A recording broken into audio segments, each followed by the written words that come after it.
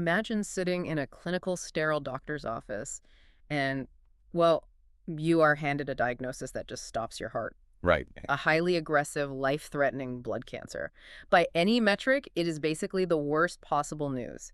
But what if that specific cancer diagnosis and, the grueling, almost lethal treatment required to fight it ended up being the exact key to curing you of an entirely different, previously incurable viral disease you had been managing for a decade? I mean, it sounds completely paradoxical. As a society, we tend to categorize diseases as strictly destructive forces, just isolated villains. Right. The idea that introducing a catastrophic cellular breakdown could somehow neutralize a deeply entrenched viral infection, well, it challenges our fundamental understanding of how the body handles trauma. But that is exactly the reality of what happened to the Berlin patient. So welcome to this deep dive. Today, we are exploring the raw, unhyped biology of how our DNA interacts with the viruses around us. We're going to unpack the mechanics of human immunity, look at how viruses function essentially as microscopic genetic poison, and dissect the incredible moments where our own genetic mutations can turn a virus's ultimate weapon against itself. And we are approaching this strictly through the lens of established genetic science. So, no sensationalism, no marketing language. The reality of cellular biology, the microscopic war happening inside you every single day, it doesn't need exaggeration to be fascinating. It really doesn't. So let's get right into the human element here, because Timothy Ray Brown's medical reality anchors all the complex genetics we're about to discuss. Right. We are talking about an American who was studying in Berlin when he was diagnosed with HIV. And thanks to the antiretroviral therapies available a couple of decades ago, he was actually living a fairly functional life. For 10 years, the medication kept the virus suppressed. But suppression is not a cure. The virus is always there, kind of waiting in the background. Yeah. And then, after experiencing a prolonged period of intense physical weakness, Timothy receives a secondary diagnosis, which was leukemia. Yeah, and let's not gloss over what leukemia actually does, because it is crucial for understanding the extreme measures his doctors had to take. The bone marrow is essentially the biological factory for your white blood cells. Right. It's supposed to be an orderly assembly line. But in leukemia, that assembly line just goes completely rogue. Precisely. Those white blood cells begin dividing uncontrollably. And because the space inside your bone marrow is finite, these rapidly multiplying defective cells physically crowd out the normal, healthy blood cells. Wow. They consume all the resources. So the patient experiences severe anemia, overwhelming weakness, and ultimately, the total destruction of the immune system. The body is essentially suffocating on its own defective cellular production. Which means you can't just treat the symptoms, you have to go to the source. You literally have to shut down the factory. And the method for doing that is chemotherapy. Now, I think a lot of people view chemo as a targeted strike, but in this context, it's more like a scorched earth campaign. You are using highly toxic substances to systemically destroy all the fast-growing cells in the bone marrow. And the collateral damage is immense. The treatment doesn't easily distinguish between a fast-growing cancer cell and a fast-growing healthy cell. So, hair follicles, the lining of the digestive tract, and the remaining immune system are all completely devastated. It's basically the biological equivalent of burning down an entire forest just to eradicate a highly invasive, deep-rooted weed, and then crossing your fingers that the soil isn't too toxic to plant new trees afterward. That analogy captures the brutality of the necessity perfectly. You have to bring it all down because if even one microscopic malignant cell remains, it divides. Right, the math of it. Yeah, 1 becomes 2, 2 becomes 4, 8, 16. The exponential math of cancer means that a single surviving cell can repopulate the entire disease. In fact, the sheer toxicity of this treatment carries its own massive risk. About 2.5% of cancer patients die from the chemotherapy treatment itself, purely due to drug intolerance. Their bodies simply cannot survive the poison. That is sobering. And Timothy Ray Brown had to endure this scorched earth campaign twice. His cancer actually returned after the first round. Yeah. So they had to subject his body to this incredibly toxic treatment a second time, completely wiping out his bone marrow. And once you have successfully eradicated the bone marrow, you are left with a patient who has absolutely no immune system. A common cold would be lethal at that point. Right. This brings us to the replanting phase of your forest fire analogy, which is the stem cell transplant. You take healthy stem cells from a genetically compatible donor's bone marrow, introduce them into the patient's bloodstream, and wait. Those donor cells migrate to the bones, multiply, and begin the arduous process of building a brand new immune system from scratch. Okay, so we have the baseline. Timothy's immune system is wiped clean, and he is about to get a transplant. But to understand why his new immune system ended up curing his HIV, we have to look at the enemy, right? We need to look at what HIV actually does when it enters the body. It helps to trace its evolutionary origins first. The human immunodeficiency virus was first definitively diagnosed in 1959 in what is now the Democratic Republic of Congo. Okay. But it didn't just appear out of nowhere. It evolved from a very similar pathogen found in chimpanzees known as simian immunodeficiency virus, or SIV. And the mechanism of how it got to chimps in the first place is just wild. I mean, researchers traced it back to chimpanzees hunting and eating two different smaller ape species. Yes. The leading scientific consensus is that a chimpanzee consumed two different species of monkey, each carrying a distinct virus. Inside that one unlucky chimpanzee, those two viruses encountered each other, merged their genetic material, and mutated into a new, highly effective supervirus. Wow. Decades later, around 1920, that virus made the jump to humans. And it became one of the most devastating pandemics in modern history. At its peak in 1995, there were 3.5 million new infections globally every single year. Yeah. It's down to about 1.5 million now, which is obviously still massive. But what I want to zero in on is the physical scale of this threat, because the disparity between the size of the virus and the damage it causes is hard to wrap your head around. The scale is almost incomprehensible. Let's visualize it. If we imagine a single human white blood cell scaled up to the size of a skyscraper, where the nucleus alone is 6 meters across, the HIV virus approaching that skyscraper would only be the size of a tangerine. A tangerine taking down a skyscraper. That's crazy. Exactly. And it is stunningly simple in its construction. The human genome contains billions of base pairs.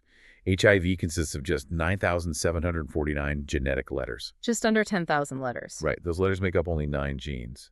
So if human DNA is a massive multi-volume library of complex instructions, the entire genetic instruction manual for HIV fits on just 10 pages. 10 pages of code. I mean, that pushes right up against the philosophical question of whether a virus is even a living organism. It doesn't eat, it doesn't metabolize. It's essentially just a malicious 10-page script sent to a cellular factory.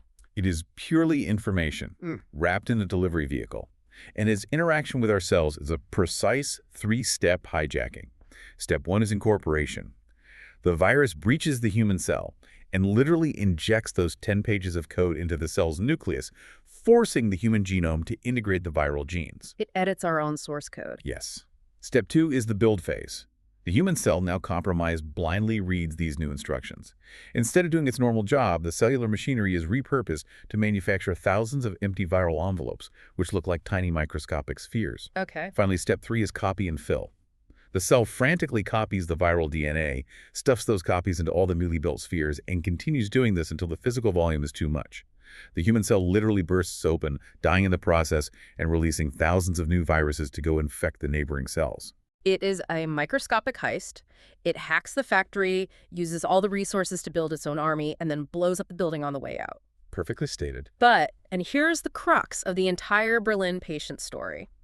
To execute that heist, the tangerine has to get inside the skyscraper first. It can't just float through the walls. It requires a very specific door. In molecular terms, that door is a receptor on the surface of white blood cells known as CCR5. HIV is highly specialized.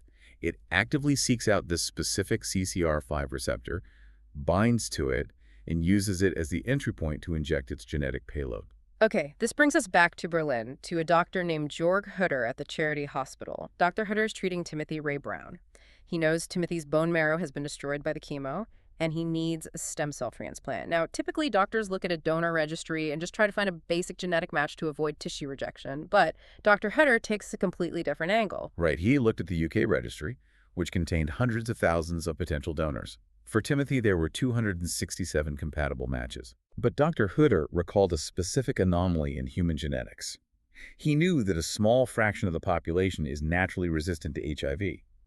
And they are resistant because they carry a genetic defect in the specific gene responsible for building that CCR5 receptor. So Dr. Hutter thinks, what if I don't just give Timothy a new immune system? What if I give him an immune system built from the DNA of someone whose cellular doors are already broken? He takes those 267 compatible donors and actively screens their genetics for this specific defect. It was an incredible long shot. But he found one, donor number 66. This donor didn't just have one defective copy of the gene, they had a defect in both copies. The one inherited from their mother and the one inherited from their father. The double defect, which means the body doesn't even have a backup plan. Correct. Because of this double mutation, every single white blood cell produced by donor 66 featured severely malformed CCR5 receptors. So the door was essentially missing the handle and the hinges. Exactly. To the HIV virus, the cell was impenetrable and had nothing to bind to. So on February 7, 2007, the medical team transplanted donor 66's stem cells into Timothy Ray Brown. As those stem cells engrafted and began producing a brand new immune system, every single white blood cell that populated Timothy's body had this broken door. So the virus is still floating around in his system looking for a way in, but the locks have all been changed. And without a host cell to hijack, a virus cannot replicate. It just degrades. 3 months after the transplant, they tested Timothy's blood. The HIV was completely undetectable. By replacing his immune system with mutant-resistant cells, he became the first person in the world to be cured of HIV. The mechanics of that are undeniably brilliant, but as someone looking at this from a broader perspective, I have a massive structural question. Sure. If this double gene defect is a literal force field against one of the deadliest viruses on the planet, why doesn't everyone have it? How did donor 66 get so lucky? That is an evolutionary puzzle that scientists had to untangle. The statistics of this mutation are fascinating because they are fiercely localized. This specific CCR5 defect is uniquely European. It is practically non-existent in African and Asian populations. Really? Yes. In the UK, for example, 1 in 5 people carries one defective copy of the gene, which gives them a lowered risk of infection. And 1 in 70 people has the double defect, granting them full resistance to the main R5 variant of HIV. Wait, 1 in 70. That's a couple of people in every crowded subway car in London walking around basically bulletproof to this virus. It is. And the genetics trace this mutation back to Scandinavia roughly 2,000 years ago. But evolution is driven by survival. A mutation only spreads that widely if it provides a massive survival advantage against a deadly threat, right? And we know that threat wasn't HIV. HIV has only been infecting humans for about a century. 2,000 years ago, HIV didn't exist in the human population, so the virus couldn't have shaped our genetics across a whole continent. So if it wasn't HIV driving this mutation, the obvious next guess is the Black Death. I mean, the bubonic plague wiped out huge swaths of Europe around 1350. It killed millions. That's exactly the kind of evolutionary bottleneck that alters human DNA permanently.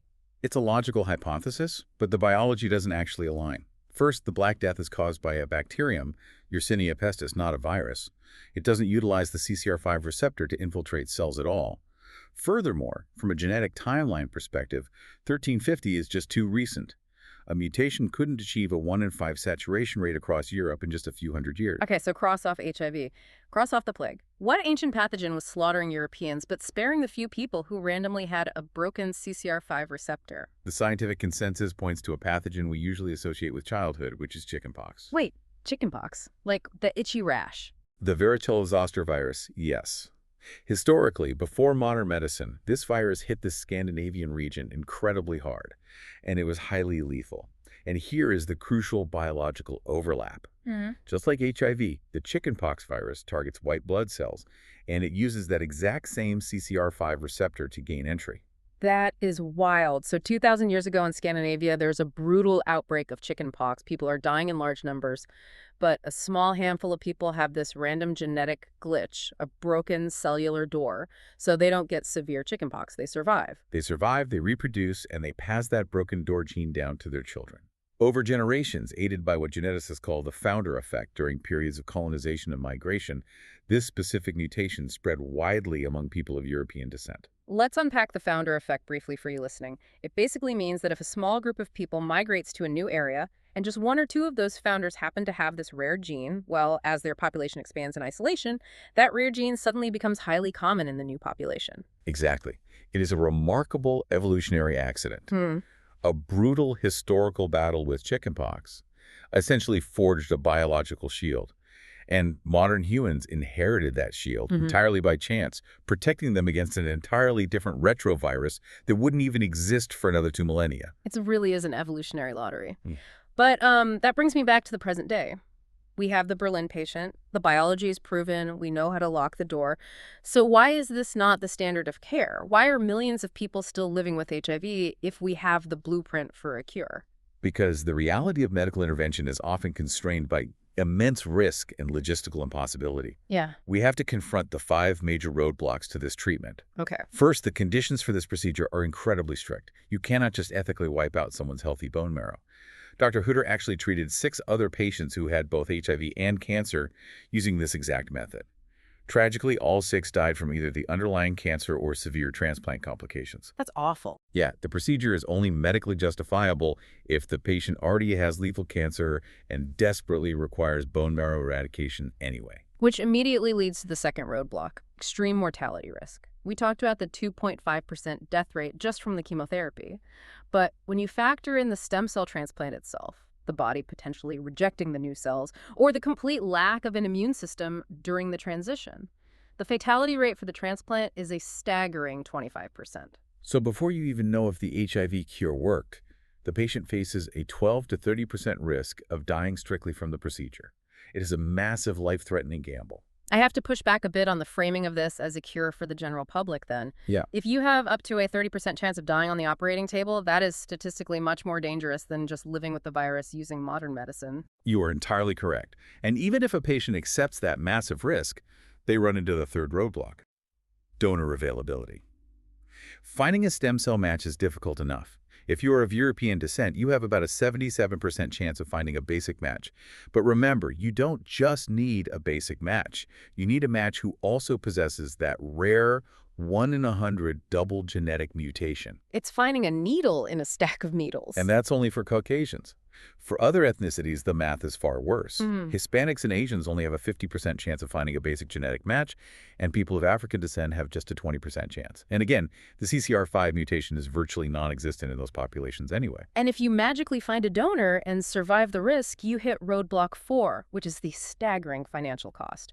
We are talking about $200,000 in the UK and upwards of $700,000 in the US. It is prohibitively expensive. Very much so. Which brings us to the fifth and perhaps most important roadblock. The alternative therapies today are just incredibly effective. They are. A 20-year-old infected with HIV today who adheres to modern combination therapies has an average life expectancy of 75 years. That is barely a difference compared to the 80-year life expectancy for someone without HIV. Wow, 75 years. Yes, the modern medications have minimal side effects, they keep the viral load undetectable, and they drastically minimize the chance of transmission. For almost everyone, the daily pill is infinitely safer than the bone marrow firebomb. And I think we need to ground this in the ultimate reality of Timothy Ray Brown's life. He was cured of HIV, yes, but the underlying cancer story didn't end there. No, it didn't. On September 29, 2020, after a grueling 5-month battle, his leukemia returned and he passed away.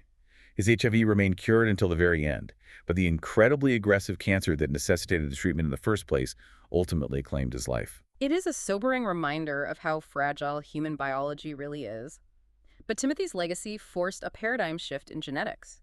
We just spent 20 minutes discussing viruses as lethal hijackers, as microscopic poison. But scientists looked at this mechanism and asked a brilliant question.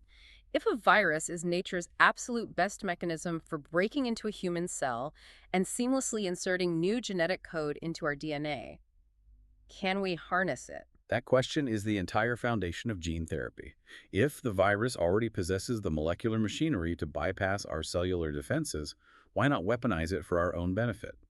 If we can remove the malicious, disease-causing code from the virus, could we replace it with helpful corrective code? But hold on, if we are calling a virus nature's perfect delivery system, isn't that ignoring the fact that our immune systems are designed specifically to destroy them on sight? You can't just inject a virus and expect the body to welcome it. That is the core challenge. But the theory was first successfully executed in 1990, moving from concept to reality, with a 4-year-old girl named Ashanti Da Silva. She suffered from a severe genetic disorder called ADSCID. Essentially, she was born entirely without a functioning immune system. Oh, wow. It's a condition commonly referred to in popular culture as bubble boy disease. Because her body couldn't produce the ADA enzyme, toxic byproducts built up and destroyed her immune cells.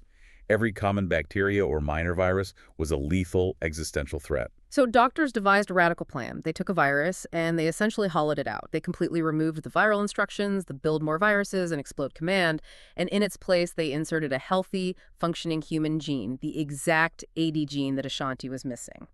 Then, they extracted some of Ashanti's own defective white blood cells, and in a controlled laboratory environment outside her body, they let this genetically modified virus infect those cells. And the virus did what millions of years of evolution trained it to do. It broke into the cell, navigated to the nucleus, and inserted its payload into her DNA. But this time, it wasn't dropping a bomb. It was delivering the missing blueprint for a healthy immune system. They infused those newly programmed cells back into her body, and it actually worked. Her body started producing the missing enzyme. It was a monumental triumph for early genetic science. She required regular top-up injections, but she could live a relatively normal life. However, as is often the case when we manipulate systems we barely understand, there were unforeseen catastrophic consequences in subsequent trials. This is the part of the science that is just heartbreaking. 10 years later, doctors conducted a larger trial. They used a similar viral technique on 20 children suffering from a closely related immune deficiency called IL-2RG-SCID. Initially, it looked like a total victory. All 20 children responded perfectly. The engineered virus delivered the healthy gene, and their immune systems came online. But a few years later, 5 of those children developed leukemia. They cured a fatal immune deficiency, but inadvertently triggered a highly aggressive blood cancer. Why does that happen? I mean, if the virus only contains healthy human code, how does the delivery process itself cause cancer? It comes down to the brute force mechanics of viral insertion. Human DNA is incredibly long and densely packed. When the virus inserts the new, healthy gene into the host's genome, it doesn't just neatly slide it in. The virus literally has to sever the existing DNA strand and forcefully squeeze the new code into the gap. It's like trying to fix a typo in a massive computer program by randomly pasting a line of code into a file. You might fix the typo, but if you accidentally paste that line right into the middle of the operating system's core safety protocol, the whole computer crashes. That is exactly what happened. The virus is highly efficient at inserting genes, but in those early trials, it was completely indiscriminate about where it placed them. In those 5 children, the virus randomly inserted the new, healthy immune gene directly into the middle of existing crucial anti-cancer genes. It shattered the body's natural defense against tumors. Yes. By breaking those protective genes to make room for the new code, the cells lost their ability to regulate division, turning them cancerous. Medical teams had to intervene. 4 of the children were eventually cured of the leukemia using chemotherapy, but tragically, 1 child died. So the obvious question for geneticists today is precision, right? Can we tell the virus exactly where to place the new code so it doesn't break a crucial tumor-suppressing gene? The scientific community is intensely focused on that exact hurdle. The material we are analyzing today clearly outlines this precision problem as the defining challenge of modern gene therapy. Scientists are actively developing methods to pinpoint the exact insertion location to prevent these catastrophic side effects. The path forward absolutely requires exact targeting, avoiding the random splicing that caused the leukemia. It is the ultimate microscopic surgery, and the stakes couldn't be higher. So bringing this all back to you, the listener, what does this deep dive actually mean for your own biology? Well, the statistics are striking. If you are of Caucasian descent, there is a 19.4% chance you're walking around with one defective CCR5 gene right now. Right. And there's a 1.39% chance that you possess the double defect, making your cells physically impenetrable to the main R5 variant of HIV. However, we must be explicitly clear regarding medical behavior. Genetic resistance is not a shield against all pathogens, nor is it a license for risk. The X4 variant of HIV still exists and utilizes a completely different cellular receptor to enter the cell, not to mention the myriad of other diseases that ignore the CCR5 receptor entirely. Safe habits remain universally essential. Absolutely.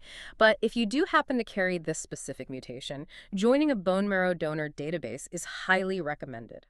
Because of the sheer rarity of the double mutation, your specific biology could literally be the 1 in a million miracle for someone else facing the dual nightmare of cancer and HIV, exactly like donor 66 was for the Berlin patient. It is an incredibly profound way to contribute to the medical legacy that began with Timothy Ray Brown. It really is. And it leaves us with something pretty wild to think about as you go about your day. The line between a deadly pathogen that destroys societies and a highly advanced, life-saving genetic tool is incredibly thin. Literally just a few lines of molecular code separating the two. It forces you to wonder, considering the brutal evolutionary history of humanity, what other ancient, random genetic defects might be hiding in your DNA right now, quietly waiting to protect you from a disease the world hasn't even encountered yet.